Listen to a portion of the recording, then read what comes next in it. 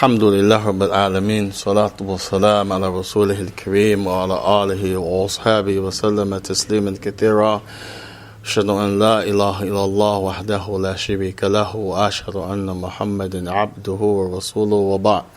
This was our night for Kitab al-Nikah from Ahkam.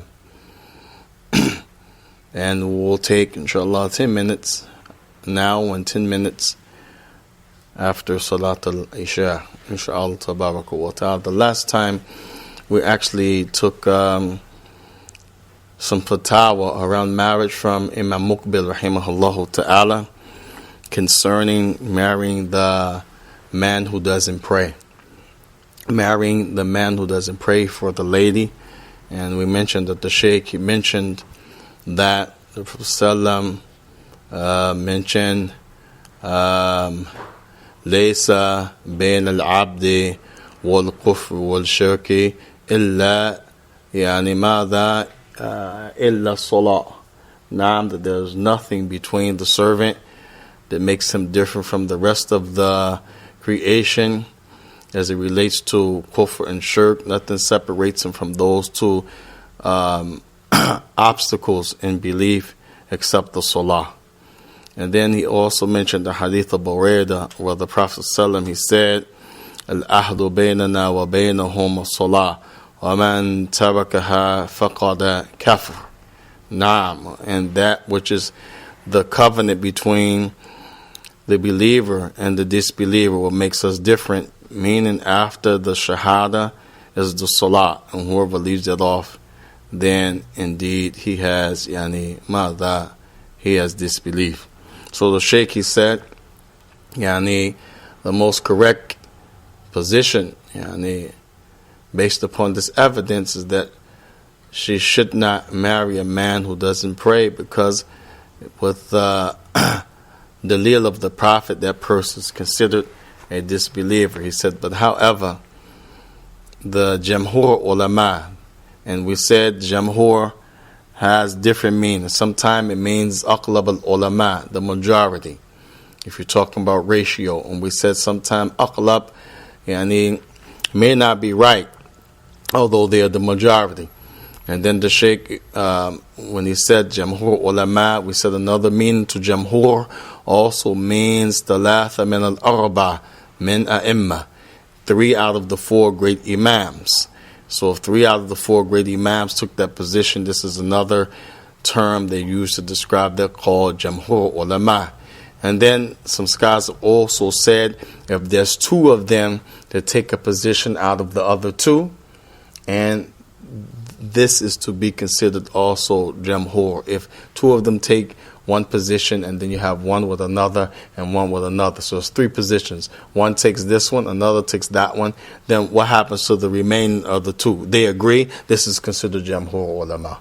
So thus, and the Shaykh, he said, with the masses of the scholars, or 3 out of 4 of the 4 great imams, or 2 out of those 4, then if they themselves take a position, then this is called jamhur ulama. And he said that the jamhur, they say that the man who doesn't pray, he is still a Muslim, and that marriage in their eyesight would be valid.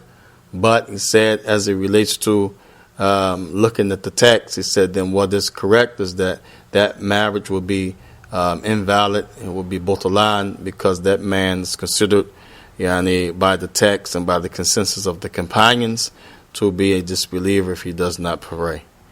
So we mentioned that last time. And then tonight we'll mention from the Ahkam itself, the hadith of the Prophet where he said, al-Muslimun ala shurutihim. Naam, al-Muslimun ala shurutihim, that the Muslims are upon that which they agree upon. And the brother, he asked me, as it relates to the time and a lady's maintenance. And we mentioned this before. I don't know if he was present. We said that, as I need to go and review this issue, because there's a lot of details.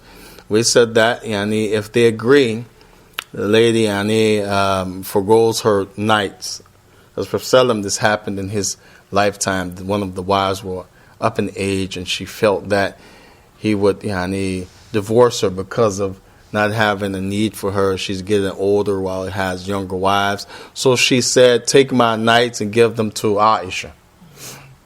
So this is the proof that if they agree upon that, there's no problem. This is not dhulam or jur, oppression on the part of the husband. If a lady who's in plural marriage agrees to that and he agrees accordingly, then it's okay. And also wealth. As barakallahu fikum, we know the story of many of the people of the past, including the Prophet who Khadija was wealthy. She was rich. The Prophet was not rich. She had wealth and status, and she married him, and he became the Messenger of through that time period, was married to her, and then she died. So, and this is according to the Prophet he said, تزوجوا المرأة لأربع تنكحوا مرأة لأربع نعم تنكحوا وفي لفظ تزوجوا لكن أصح تنكحوا. The word tankihu is more authentic than tazawwaju. The Prophet mentioned both of these, ladies, for 4 reasons. Some people translate this in the wrong way. They say, marry ladies for 4 reasons. No. Like, here's your 4 and marry for one of these. No, the Prophet said, tazawwaju. This is, Allah wasn't tafa'alu. This showing that the action is done. And then he said, li'arba, lam sababiyya, showing the reason that the action tanakihu or tazawwaju is done is for these 4 reasons. He mentioned the wealth of a lady, and we know people marry one another for wealth. So if a lady has a lot of money, a man doesn't, but she's in love with that man, he's in love with her, and she wants to marry, this is a reality in every society. Then he mentioned jamaliha. She's beautiful, you got to have her. And she has a crush on you. Khalas, you're going. And nasab, she has a great lineage, prestige, and respected. You want to be in that family because you're going to have a strong family background. And then the Prophet said, walidiniha, and for her deen. As we know that, and barakallahu fikum, and it's permissible to marry the Ahl al-Kitab with the condition that they are ghayru masafihin. They are not lewd. And this is marrying the lady for her deen. Sah. So, and the Prophet ﷺ gave the strong recommendation, marry the lady with the deen, you'll be successful. And Shaykh on the Muqbil, he mentioned that this does not exclude the other things. If she has beauty, wealth, and status, that you can't do it. But if you get all of them in one package, this is the best woman.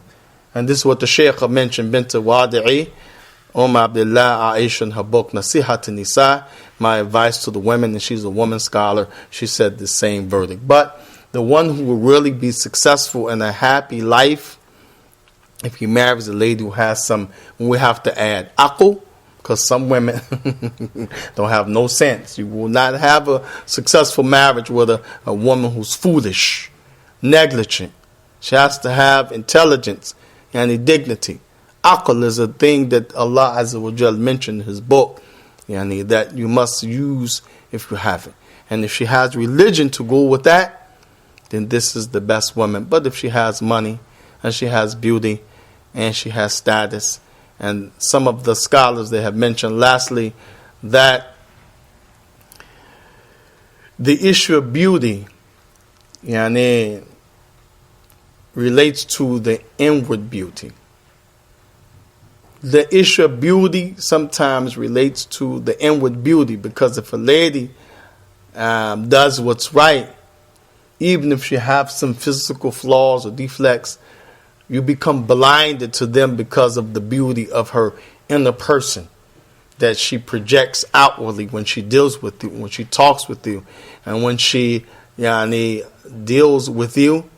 You don't even see the things that someone would see and not like. But if it's the opposite, she doesn't have good personality, which is the deen, the taqwa is supposed to make a good personality, then it would show all of the blemishes and all of the things that takes away from the jamala So this, the Prophet ﷺ gave us as an advice, and it's not a choice, but it's a reality. The women are married for these 4 reasons, and if you marry the woman that has good religion, good integrity, and she uses her sense, then you will have a successful marriage.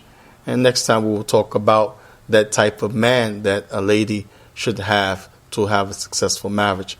هذا وصلى الله وسلم وبارك على رسوله الكريم وعلى آله وأصحابه وسلم تسليما كثيرا والحمد لله رب العالمين. Any questions, comments, or corrections?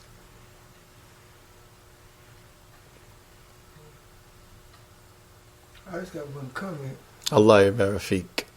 I broke my habit. I said, this brother done figured me out. At 6:30, I'm going to book him out of here. Come back. I didn't today. Hasbunallah ni'mal wakeel. Allah musta'an. وصلى الله وسلم وبارك على نبينا محمد وعلى آله وصحبه وسلم تسليما كثيرا الحمد لله رب العالمين. نعم.